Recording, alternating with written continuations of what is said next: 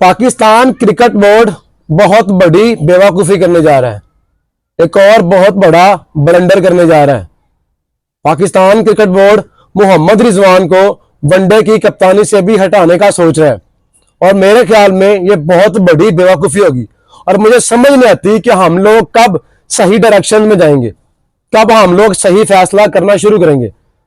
मोहम्मद रिजवान जो पिछले दिनों ये बात बता चुके हैं कि उनके हाथ में कुछ नहीं है, ऊपर से फैसले होकर आते हैं, तो क्या मोहम्मद रिजवान को चेंज करने से चीजें ठीक हो जाएंगी? मेरा नहीं ख्याल कि चीजें ठीक होंगी, क्योंकि जिस तरह की कप्तानी आपने मोहम्मद रिजवान को दी है, ऐसे ही आप किसी और को कप्तान बनाएंगे और मोहम्मद रिजवान की जगह वो यस बॉस बोलेगा। ये बहुत सी चीजें गलत है। मैं मोहम्मद रिजवान को डिफेंड नहीं करूंगा। मोहम्मद रिजवान की बहुत बड़ी गलती है कि वो ऐसी कप्तानी कर रहे हैं। मैंने कल भी बात की थी कि मोहम्मद रिजवान को सामने आना चाहिए, पीसीबी को दो टोक जवाब देना चाहिए कि भाई मुझे ऐसी कप्तानी नहीं करनी जिसमें मेरे इख्तियार में कोई चीज नहीं है, जिसमें मेरी मर्जी की प्लेइंग 11 नहीं खेलेगी। क्योंकि ग्राउंड में टीम को लड़वाना होता है कप्तान ने, और अगर कप्तान के मुताबिक उसकी टीम ही नहीं होगी तो वो कैसे अच्छे रिजल्ट प्रोड्यूस करेगा। लेकिन पता नहीं हम लोग कप्तानी के इतने भूखे हैं कि हमें कप्तानी करनी है। और पाकिस्तान क्रिकेट बोर्ड को एक बात अच्छी तरह पता है कि पाकिस्तान क्रिकेट टीम में 3 बंदों का एक ग्रुप है, वो 3 सीनियर्स लगातार उनमें से ही कोई कप्तान बनाया जा रहा है। तो ये पीसीबी की बहुत बड़ी नाकामी है, कोई इनमें से बाहर नहीं आ रहा। जब आपने बाबर आजम को कप्तान बनाया था, उसके बाद फिर आपने शाहीन को बनाया, शाहीन से कप्तानी लेकर फिर आपने बाबर को दी, और उसके बाद लगा था कि शायद इस दफा कप्तान की और बनाया जाएगा, इन सीनियर्स में से कोई कप्तान नहीं बनाया जाएगा ताकि टीम अच्छी तरह चल सके, ये ग्रुपिंग खत्म हो सके। लेकिन आपने फिर इन सीनियर्स में से ही एक मोहम्मद रिजवान को कप्तान बनाया। तो सबसे बड़ी नालायकी आपकी थी, आपने मोहम्मद रिजवान को कप्तान बनाया ही क्यों था?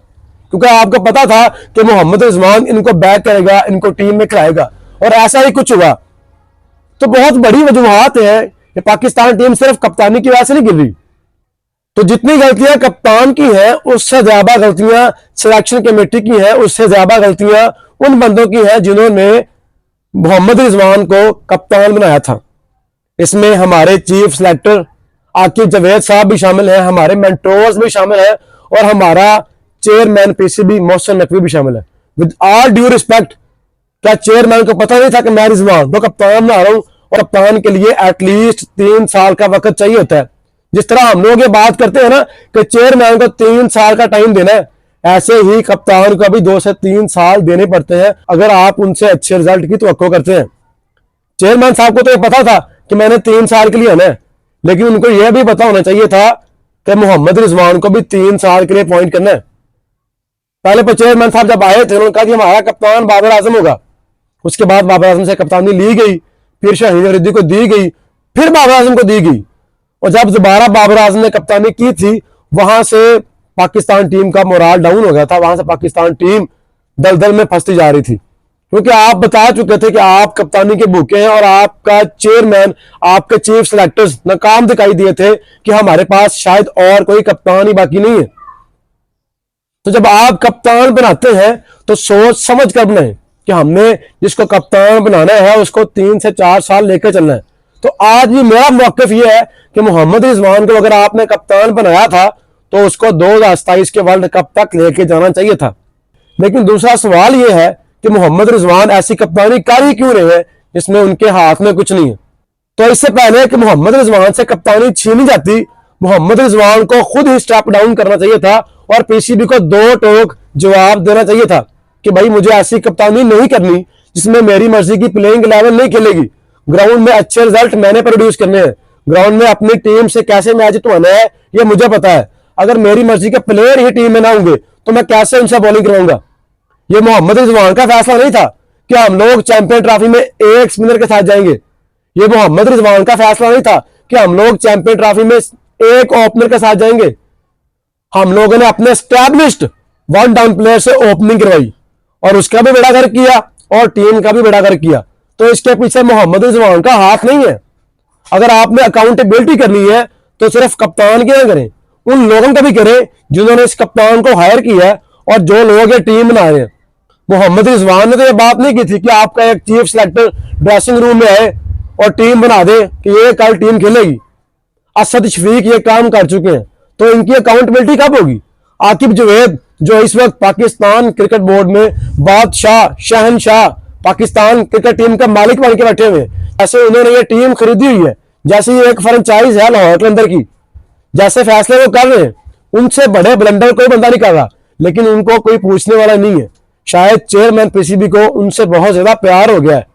उनके अलावा उनको पाकिस्तान में कोई बंदा नजर नहीं आता जो इस काबिल हो, या कोई फॉरेन कोच ही नजर नहीं आता जो इस काबिल हो कि पाकिस्तान टीम को लेकर चल सके। तो कप्तान चेंज करने से चीजें ठीक नहीं होगी। आप मोहम्मद रिजवान की जगह सलमान अली आगा को ले आएंगे, उसका कप्तान तो बना देंगे, लेकिन वो भी यही करेगा, यस बॉस जैसे आपने कह दिया मैं कर लूंगा। लेकिन सबसे पहले आप कोचिंग स्टाफ चेंज करें, तो सबसे पहले आप इन बंदों को चेंज करें जो कप्तान को कप्तानी नहीं करने दे रहे, जो अपनी मर्जी से प्लेइंग 11 ग्राउंड में उतारे। न्यूजीलैंड के खिलाफ मोहम्मद रिजवान ने पर टीम में 3 बॉलर नहीं खिलाए थे, 4 बॉलर नहीं खिलाए थे।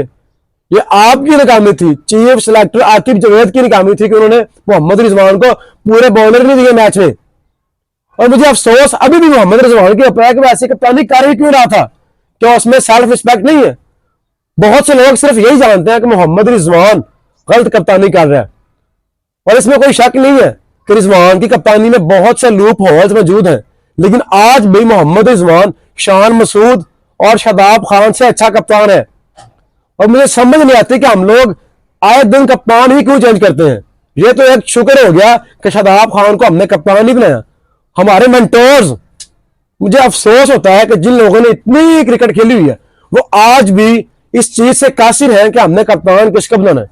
हमारे मेंटोर्स जिनमें शोएब मलिक है, मिसबाह उल हक है, सरफराज अहमद है, शकलैन मुश्ताक है, वकार यूनुस है, इन लोगों ने पाकिस्तान के लिए कितनी ज्यादा क्रिकेट खेली हुई है।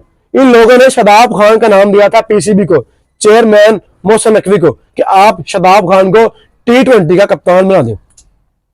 आप अंदाजा लगाएं कि ये लोग सिर्फ मशवरे देने के पैसे लेते हैं और वो मशवरा भी सही देने को तैयार नहीं है।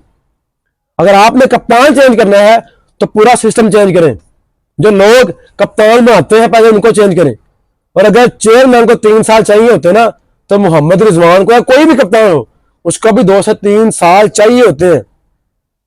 तो अगर एक कप्तानी चेंज होने जा रही है और सलमान अली आगा, अगर तुम्हारे पास ऑप्शन आ रही है कि तुम कप्तानी करोगे, तो तुमसे बड़ा बेवकूफ कोई नहीं होगा जो इस हालात में पाकिस्तान टीम की कप्तानी करेगा।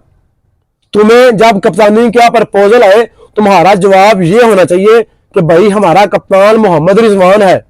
सोशल मीडिया के ऊपर हमने ट्रेंड नहीं चलाना कि सोचना भी मना है, जैसे शाहीन अफरीदी ने बाबर आजम के लिए ट्रेंड चलाया था कि सोचना भी मना है। लेकिन पीसीबी ने सोच लिया तो वो करके रहेंगे। आपके ऐसे ट्रेंड से उन्हें फर्क नहीं पड़ता। आपको फिजिकली अपने कप्तान को बैक करना होगा। आपको ये बात करनी होगी, अगर आप कप्तानी के भूखे नहीं है तो आपको ये बात करनी होगी कि हमारा कप्तान मोहम्मद रिजवान है और 2027 के वर्ल्ड कप तक मोहम्मद रिजवान ही कप्तान रहेगा। मैं एज ए वाइस कप्तान खेलूंगा। 2027 के वर्ल्ड कप के बाद देखेंगे कि मैंने कप्तानी करनी है या नहीं। अगर आप में इतनी हिम्मत है तो आपकी इज्जत और बढ़ जाएगी, फैंस की नजरों में, पीसीबी की नजरों में, हमारी नजरों में। लेकिन अगर आप भी कप्तानी के भूखे निकले, जिस तरह मोहम्मद रिजवान निकला था, जिस तरह बाबर आजम निकला था, जिस तरह शाहीन अफरीदी निकले थे, तो आपके साथ भी यही कुछ होगा जो इनके साथ हो चला है। आपको भी कोई इख्तियारात नहीं दिए जाएंगे, आप कोई जावा लाडले नहीं है। आप पे आजकल पीसीबी मेहरबान है, तो आपसे पहले बहुत से प्लेयर्स के ऊपर पीसीबी मेहरबान रह चुका है। लेकिन जब ये गिराते हैं तब ये नहीं सोचते कि इस प्लेयर ने हमारी खातिर क्या किया हुआ है। और एक अंदर की खबर मिली है कि आकिब जावेद में तीसरे वनडे मैच के बाद रिजवान के साथ बहुत बदतमीजी की है, बहुत रूडली उनसे बात की है, बहुत लाउडली एक टफ कंजर्वेशन हुई है। वो अल्फाज मैं आपको बता नहीं सकता जो मोहम्मद रिजवान के साथ बोले गए। और बात तब शुरू हुई थी जब आकिब जावेद ने बात स्टार्ट की थी कि आप सीनियर्स गलत टाइम पे गलत शॉट्स लगा रहे हैं, आपको अब उनकी गलत शॉट्स नजर आ रही है। आपको कोई हक नहीं है कि आप अपनी टीम के सामने अपने कप्तान की इस तरह इंसल्ट करें। वो भी पाकिस्तान का प्राउड है। लेकिन मोहम्मद रिजवान की मुझे अभी भी समझ नहीं आ रही यार कि आप इतना कुछ क्यों बर्दाश्त कर रहे हो। इससे सिर्फ एक चीज जाहिर होती है कि हमारे पाकिस्तानी क्रिकेटर्स कप्तानी के इतने भूखे हैं, इतने प्यासे हैं कि इन्हें कप्तानी करनी है, चाहे इनको गुलामी करनी पड़े, चाहे इनको हर वक्त यस बॉस करना पड़े। यार self respect is everything. Self respect से ज्यादा कोई भी चीज इंपॉर्टेंट नहीं होती। अगर आपकी इज्जत ही नहीं होगी तो आपको ऐसी कप्तानी करने का क्या फायदा। तो जो आकिब जावेद इतने रूडली पाकिस्तानी प्लेयर्स के साथ पेश आ रहे हैं, क्या कोई और बंदा पाकिस्तान क्रिकेट बोर्ड में मौजूद नहीं है जो इतना रूडली उनके साथ पेश आए और उनसे पूछे कि बताएं आप क्या कर रहे हैं पिछले 1 साल से, बताएं ना, कि पूछे तो सही। लेकिन आकिब जावेद के पास कोई भी जवाब मौजूद नहीं है, कोई भी ऐसा जवाब नहीं है, कोई भी ऐसा काम नहीं है जिसकी बिना पर हम उनको अगली सीरीज के लिए कंटिन्यू करें। लेकिन शायद अफसोस के साथ ये बात करना पड़ रही है कि हमारे पास और ऑप्शंस ही मौजूद नहीं है। शायद कोई भी फॉरेन कोच हमारे साथ काम करने को तैयार नहीं है और इसी चीज का फायदा आकिब जावेद उठा रहा है और पाकिस्तान टीम का बेड़ा गर्क करने जा रहा है। हमारा हाल भी बांग्लादेश ऐसा होने जा रहा है जहां पर आए रोज कप्तान चेंज होते हैं और टीम दलदल में फंसती जा रही है। अगर आप कप्तान चेंज करेंगे तो आपकी टीम और नीचे जाएगी, इस दलदल से बाहर नहीं आएगी। आप अगर चेंज लाना चाहते हैं तो सिलेक्शन कमेटी में लेके आए।